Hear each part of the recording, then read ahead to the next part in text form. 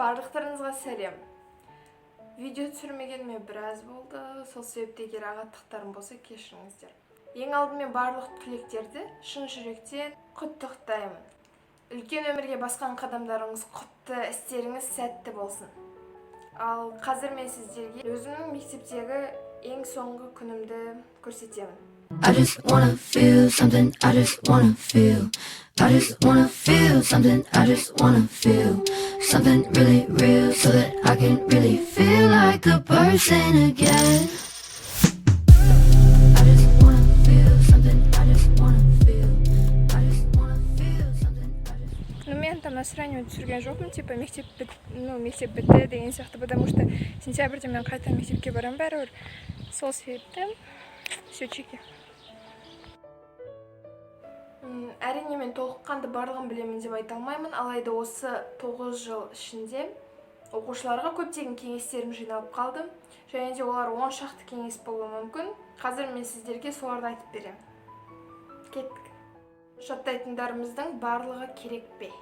Негізі 100% алып жатқан біліміміздің 50% ғана өмірде әр адамға жарайды. Ол шынайы ақиқат.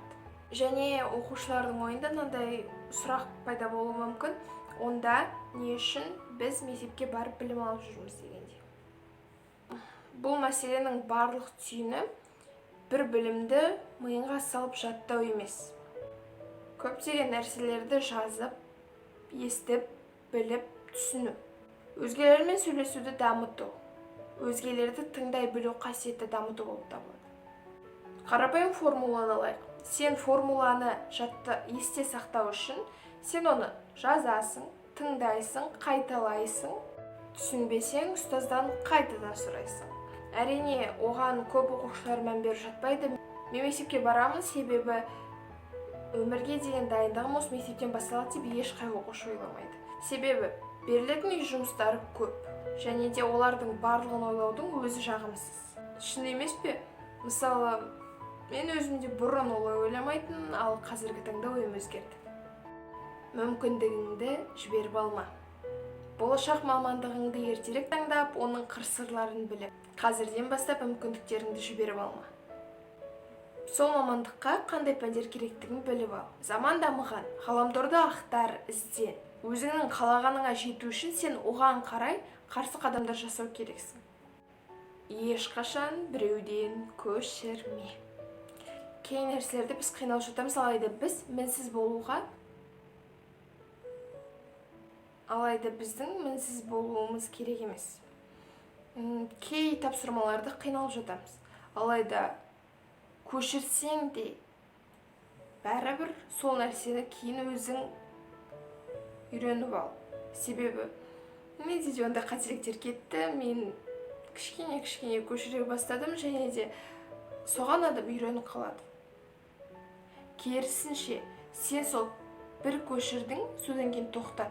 Келесі жолы сен ол адамнан көшірмейтіндей болу керексің. Себебі олай жүріп өз болашағыңды құртып алуың мүмкін. Кез келген нәрседен жақсылықты көр. Өмірдің берер сынақтары көп. Әрине бұл нәрсе спонтанно естілетін шығар, алайда мен оны сіздерге түсіндіріп берейін. Ұстаздардан сенің тарапыңа келген сыни пікірлерді дұрыс қабылдай біл.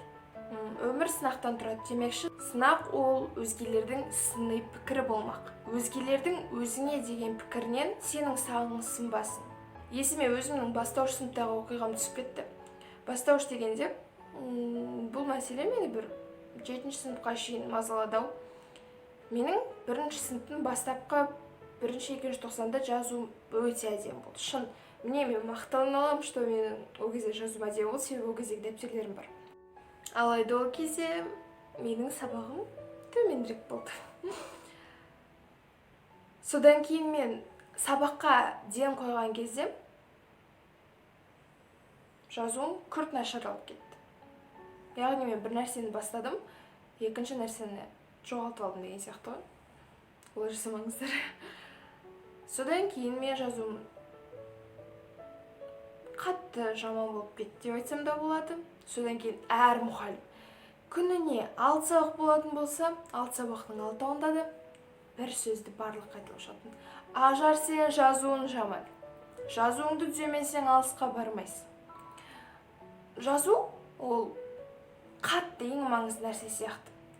Және де сол арқылы мен өзімде комплекс пайда болды. Менің жазуым жаман, яғни менде барлығы на дно кетеді деп мен ойладым. Әрине олай болып шыққан жоқ.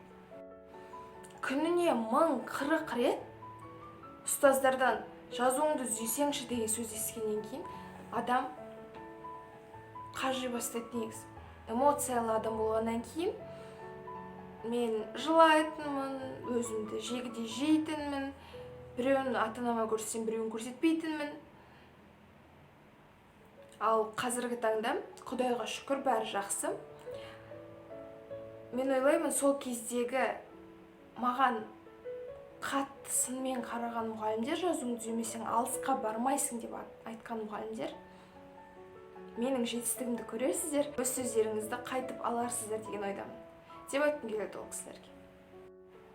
По секрету айта салайын, менің жазуым әлі күнге шейін дұрысталған жоқ.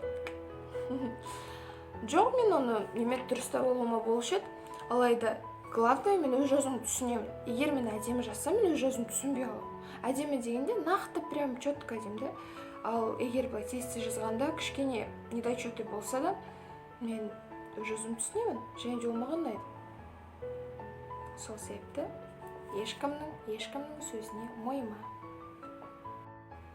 Үлкендердің таңдаған жолдары әрқашан дұрыс болып жатпайды. Кей ата-аналар балалары қателік жасаған кезде, егер сен мен айтқанды тыңдасаң, барлығы жақсы болушы еді деген нәрсемен өсіреді.